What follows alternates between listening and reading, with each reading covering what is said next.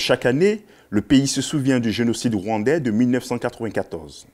Avec son épouse, le président Kagame a déposé une gemme de fleurs au mémorial de Gijozi. Il a rappelé la nécessité pour son pays de prendre son destin en main pour surmonter le poids de l'histoire. Le lundi 7 avril 2018, le Rwanda a commémoré le génocide de 1994. C'est l'une des tragédies les plus meurtrières du XXe siècle. C'était il y a 24 ans, en 1994, entre 800 000 et 1 million de personnes étaient mortes. Notons que le 26 janvier 2018, l'Assemblée générale des Nations unies a adopté le projet de résolution A72L.31 désignant le 7 avril comme la journée internationale de réflexion sur le génocide des Tutsis au Rwanda en 1994. Rappelons que des Tutsis et d'autres personnes s'étant opposées au génocide ont également été tuées. La date du 7 avril correspond donc au début du génocide de 1994. Chaque année, l'Organisation des Nations Unies organise des événements commémoratifs à son siège à New York et dans le bureau des Nations Unies dans le monde entier.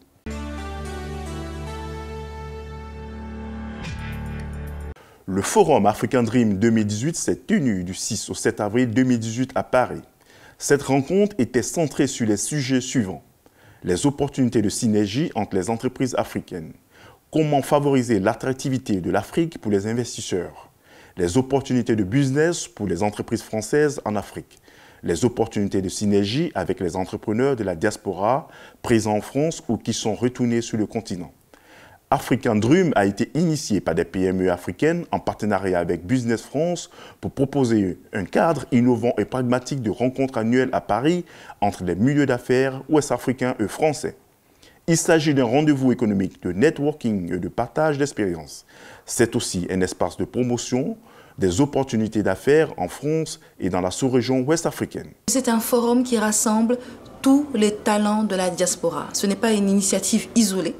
On souhaite vraiment rassembler les entreprises françaises, les entreprises africaines donc qui arrivent du continent et également la diaspora pour discuter sur des thématiques claires de comment développer l'entrepreneuriat, comment développer les entreprises, les PME à fort potentiel et également comment mettre en relation la diaspora avec les entreprises, mais également comment favoriser les projets au sein de la diaspora. En gros, ce que nous on fait, on met en relation les entrepreneurs et les grands groupes à l'international. Le but dans tout ça, c'est de vraiment faciliter et accélérer la croissance des entreprises à l'international. Pour moi, je serais plus à défendre l'idée que c'est une Afrique des potentialités plus qu'une Afrique de l'émergence réellement. Parce que si on a des zones de potentialité, on a aussi des zones de fracture très importantes. Je pense qu'on ne peut que se féliciter que de telles initiatives soient prises. Et surtout, je dirais que des initiatives qui, à l'arrivée, foisonnent d'idées, puisque c'était le cas. Les gens ont exprimé beaucoup d'idées, ont aussi confronté leur propre expérience à celle des autres. Je crois qu'au total, c'est vrai que c'est une expérience en tout cas très enrichissante. Il faut noter la présence à ce forum de M. Sidi Touré, ministre de la Promotion de la Jeunesse, de l'Emploi des Jeunes et du Service civique de la République de Côte d'Ivoire.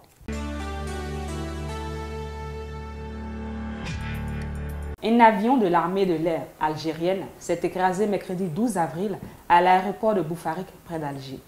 Au moins 257 personnes ont péri dans la catastrophe. Les victimes sont les 10 membres d'équipage et 247 passagers, dont la plupart sont des personnels de l'armée nationale populaire ainsi que des membres de leur famille. L'avion était Ilyushin 76, un appareil militaire de fabrication soviétique puis russe, capable de transporter environ 120 passagers, soit moitié moins que le nombre de victimes. Il s'est écrasé dans un champ à proximité immédiate de la base. Le vice-ministre algérien de la Défense, également chef d'état-major des forces armées algériennes, le général Ahmed Gaïd Salah, s'est rendu sur les lieux de l'accident et a ordonné la mise en place immédiate d'une commission d'enquête afin de déterminer les causes de l'accident.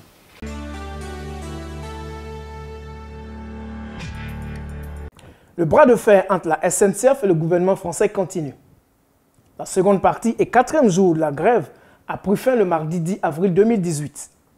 Les points focaux du différend entre l'État français et les cheminots demeurent leur situation, la concurrence avec les futures sociétés ferroviaires, la reprise de la SNCF par l'État et la dette de 50 milliards d'euros que traîne cette entreprise.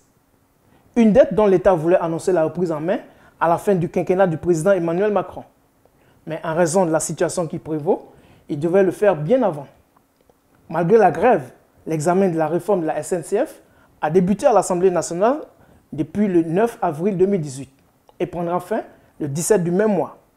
La ministre des Transports, Elisabeth Borne, continue de défendre une réforme qu'elle dit impérative du système ferroviaire. La grève des cheminots coûte très cher à la SNCF. Depuis qu'elle a commencé, la mobilisation a déjà engendré 100 millions d'euros de pertes pour l'opérateur ferroviaire, soit 20 millions par jour.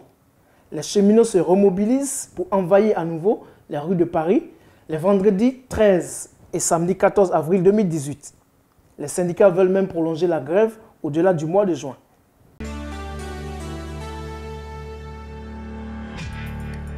Favori à la présidentielle d'octobre 2018, l'ancien chef de l'État brésilien, Luiz Inácio Lula da Silva, a été condamné à 12 ans de prison pour corruption.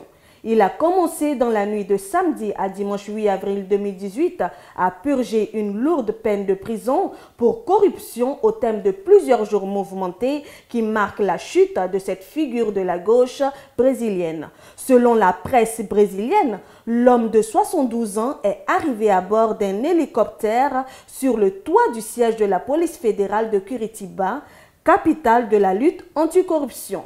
Pendant que l'appareil se posait, plusieurs centaines d'opposants vêtus de jaune et vert, les couleurs nationales, ont tiré des feux d'artifice et tapé sur des casseroles pour célébrer ce moment. Certains criaient « Vive la République de Curitiba, vive Sergio Moro » en référence au juge qui a ordonné l'incarcération de Lula. Luiz Inácio Lula da Silva a été condamné pour avoir reçu un luxueux appartement en bordure de mer offert par une entreprise de BTP. Ce bien aurait été donné en échange de faveurs dans l'obtention de marchés publics. Même en détention, Lula pourrait toutefois techniquement s'enregistrer comme candidat à la présidentielle, bien qu'il semble désormais hors course à 6 mois d'un scrutin de plus en plus incertain.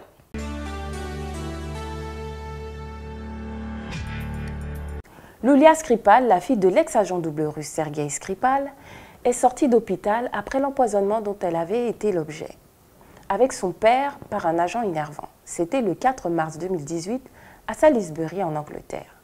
Selon la BBC, la jeune femme de 33 ans a été emmenée en un endroit sûr. Son père, lui, est resté hospitalisé. La directrice médicale de l'hôpital, Christine Blanchard, a déclaré à la presse avoir laissé sortir Iulia parce qu'elle se portait désormais mieux. Quant à son père, il a fait l'objet de bons progrès, selon la directrice, mais qu'il se remettait plus lentement que sa fille et qu'il pourrait quitter l'hôpital à son tour en temps voulu. Un empoisonnement qui a soulevé un tollé diplomatique en Europe. Londres a accusé Moscou d'être responsable de cet acte prémédité. Et l'affaire a provoqué une grave crise diplomatique entre Moscou et les Occidentaux.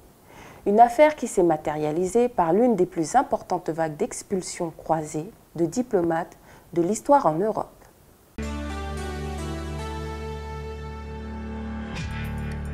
Et de 2 pour le Kenyan Paul Onyangatta, vainqueur le dimanche 8 avril 2018 du 42e marathon de Paris. Pour cette seconde victoire d'affilée, l'athlète kenyan a bouclé la course en 2 h 6 minutes et 22 secondes. Dans les derniers instants, Paul Onyangatta a dépassé sa compatriote Betsy Sena, lauréate de l'épreuve féminine en 2 h 22 minutes 56 secondes. Dans le but d'avoir une arrivée groupée, les organisateurs ont programmé des départs décalés. Les dames ont pris le départ avec 16 minutes et 26 secondes d'avance sur les messieurs, le différentiel entre les meilleurs chronos masculins et féminins du plateau parisien 2017.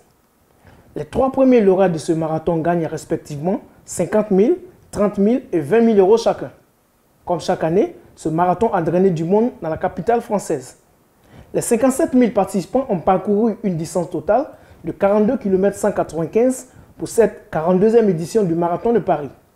Cette compétition existe depuis 1976 et est organisée par Amaury Sport Organisation, voici maintenant 20 ans.